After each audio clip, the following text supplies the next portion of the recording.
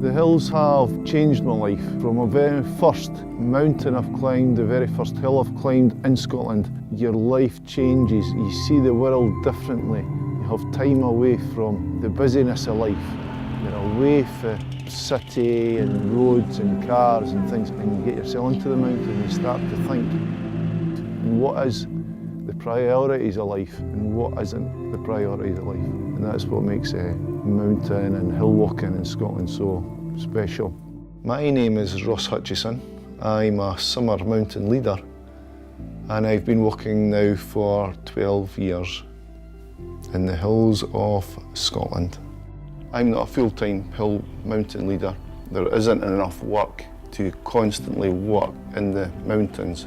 It takes a lot of energy and you would have to be super fit. There is people that are full-time mountain leaders, but it's very seasonal. There's a lot of difficulty because of the weather, so you usually need to fill it with another job.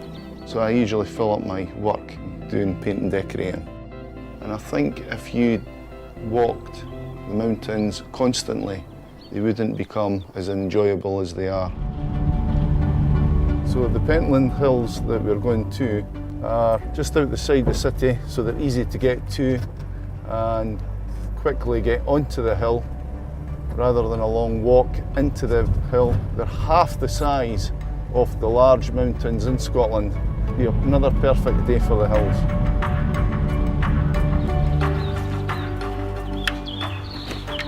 As a summer mountain leader, I normally work part-time and sometimes in the hills between March to November currently. The seasons are changing, so that is the time that I'm safe to take people up into the hills.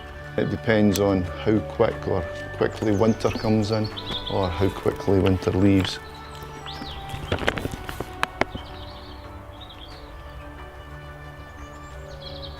I'm going to go up and along here to the point.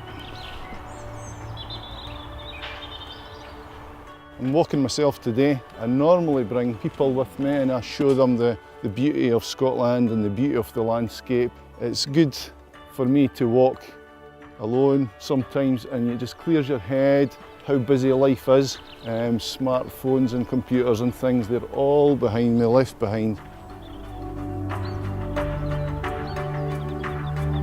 As a hill walker, you need to actually be aware of the weather during your day's walk, because the rain impacts your day, wind impacts your day, and so you really got to be prepared for the worst scenario, and that's what you really need to do, a bit of homework before you come into the hill, so you know what you've got and what's going to happen during the day.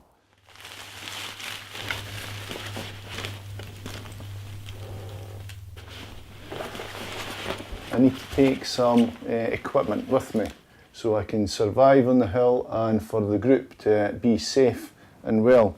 So these are the things that are very, very important. They all have a part to play in the walk for emergency purposes, etc. I normally carry this. This is a small water purifier. So if we run out of water, we can get some off the hill.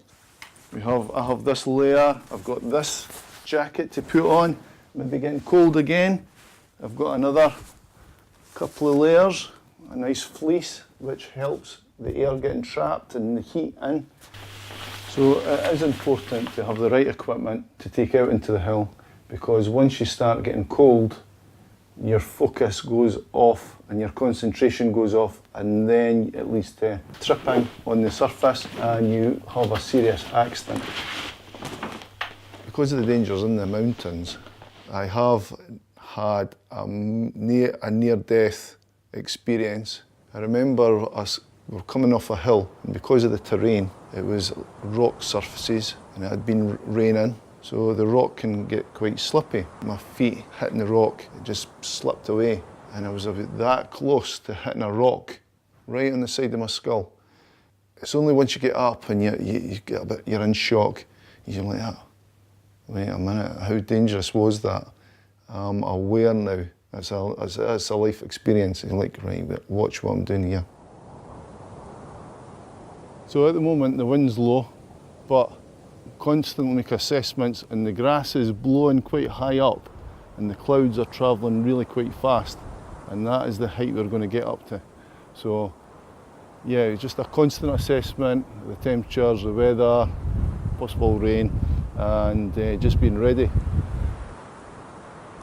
So this area is, a lot of people have seen this area from the city because it's so close. So this is really quite the beginner's area. There is smaller hills in Scotland that you can walk, but there's lots of history, and the world looks so different when you come up a hill and see the city, because down there you see it up here, but up here looks different, and it looks amazing when you look down there. In 2016 I received an award for voluntary work, and that was giving my time and my effort to kids and young adults, taking them up to the hills and showing them how to travel well, camp well, and to get over hurdles and problems that they may face. It gives them a real life experience, and that is what I'd like to share and help these young adults with. People don't understand what it's like to walk in the mountains unless they've been there. So I've taken my family to the mountains to show them some of the fantastic sights that they'll see in the mountain. I think they really appreciate what I do now because they've seen the mountain.